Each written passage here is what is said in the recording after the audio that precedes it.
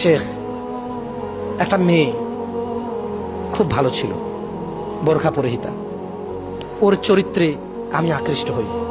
চতুর্দিকে এত বেপরদা মেয়ে, এত খারাপ আজে বাজে মেয়ে। একটাই মাত্র আমার স্কুলে মেয়ে ছিল যে বোরখা পরে আসতো। ও নামাজও আদায় করতো, কারোর সাথে কথা বলতো না। অনেকে ওকে প্রেমপত্র দিয়েছে, আমি ওর মধ্যে একজন ছিলাম। সবাই হাল ছেড়ে দিয়েছে, আমি ছাড়িনি।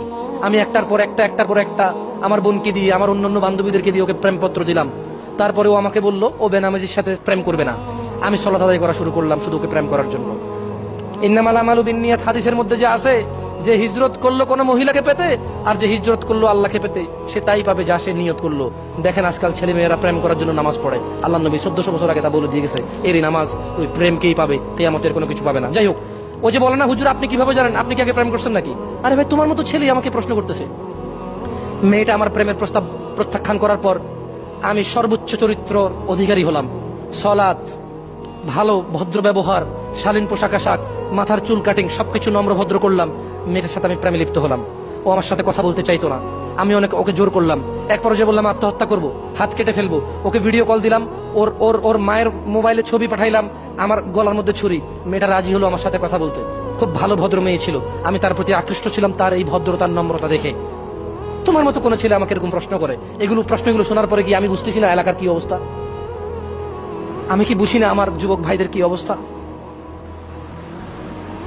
ধর্মকে অবলম্বন করে একটা ছোট্ট কোমলমতি শিশু বাচ্চা বোন আমার, তার জীবন ধ্বংস করেছ। বললাম তারপর? বলল সে আমার সাথে কথা বলতে রাজি হলো। সালাম দিত, কথা বলতো দুই একটা, আমি কথা বলতাম প্রচুর, ও কথা রিপ্লাই করতো না। তারপর আস্তে আস্তে আমি বললাম তুমি কেন কথা বলো না, আমি করে বিষ খাবো। আমি ছবি তুলে পাঠালাম, আমার হাতে ইঁদুরের ওষুধ। সে আমাকে আমার মোবাইলে হোয়াটসঅ্যাপে বা ফেসবুকে তার ছবি পাঠাইতে হবে। সে আমাকে ছবি পাঠাতে রাজি ছিল না। আমি বললাম আমি পানিতে ঝাঁপ দিব, ছাদ থেকে লাফ দিব। সে আমাকে ছবি পাঠালো। এভাবে 2 বছর লেগে যায় ওই মেয়ের সাথে আমার সহজ হতে। মেয়েটা খুব ভালো ছিল। বলেন তো মেয়েটা কি খারাপ ছিল? 14-15 বছর বয়স, 16 বছর বয়স। ছেলেটার বয়স 22-23 বছর। ও ফুসলাচ্ছে। হ্যাঁ, মেয়েটার একটা দোষ ছিল যে এর কথা চলে আসছে। প্রথম দোষটা ছিল যে এর সাথে প্রেম করার এগ্রি হওয়া, যে ভালো ছেলে হলে প্রেম করবে। বাট ছোট্ট মেয়ে এই অপরাধটা করতেই পারে। কিন্তু এই তোমার মতো চালাক নামাজি দাড়িওয়ালা ছেলে, আহলে হাদিস বলো নিজেকে, না নিজেকে জামাতি বলো, তাবলীগী বলো, ফুরফুরা বলো, আটরশি বলো, মাইজ ভান্ডারি বলো, কওমি বলো, হ্যাঁ মাদ্রাসার ছাত্র বলো, ভদ্র ঘরের ছেলে বলো, তুমি এটা করছো। তুমি একটা কোমলমতি আমার ছোট্ট শিশু বোন, তাকে তুমি ঘর থেকে বের করছো। আর তারপরে তোমার যখন কয়েকদিন তার সাথে থাকা হয়ে গেছে, সব কাজকর্ম তোমার শেষ, আর একটা মেয়েকে দেখে বলতেছো যে লা লা লা লা লা, হারাম।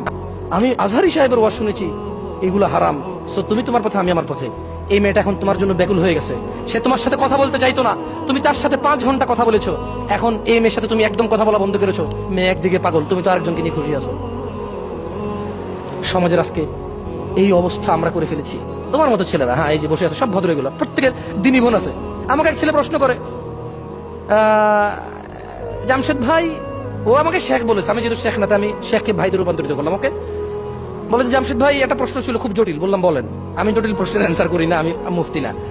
বলে যে একজন দিনী বোনের, আমার একটা বোনের একবার শারীরিক সমস্যা নিয়ে কথা বলতেছে। আমি বললাম তো তোমার দিনী বোন তোমার আপন মায়ের পেটের বোন? বলে যে না। বললাম কেমন বোন? দিনী বোন। বললাম কেমন দিনী বোন? তোমাকে এরকম কথা বলতেছে, তুমি শুনছো, আবার এটা আমার কাছে বলতে আসছো। তুমি দিনী বোনকে হুজুরের নাম্বার দিয়ে দাও।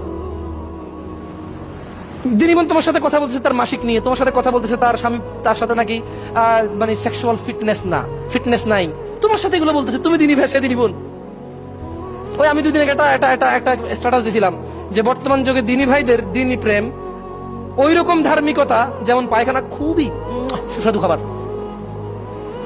যদি কেউ বলে যে পায়খানা খুবই সুস্বাদু খাবার, আমি বলবো যে ওকে দিনী প্রেমিক আছে। যদি তুমি বলো যে না দিনী প্রেমিক পায়খানা সুস্বাদু না, তাহলে দিনী প্রেমিকও নাই। কিসের দিনী বোন বানাও ভাই বানাও? তাহলে আমাদের লজ্জাস্থান কি করতে হবে? হেফাজত করতে হবে। কিন্তু আমরা যত বড় হুজুরি হয়ে যাই, যত বড় মোল্লা মুন্সি মুফতি হয়ে যাই, স্ত্রীদের সাথে জায়গা বৈধ, ইভেন নেকির কাজ, ইভেন বৈধ এবং নেকির কাজ। আল্লাহ সুবহানাহু ওয়া তাআলা আমাদেরকে বুঝার তৌফিক দান করুক। আমি জানি না আজকে আপনাদেরকে কতটুকু বুঝাইতে পারছি আল্লাহ ভীরুতা নিয়ে।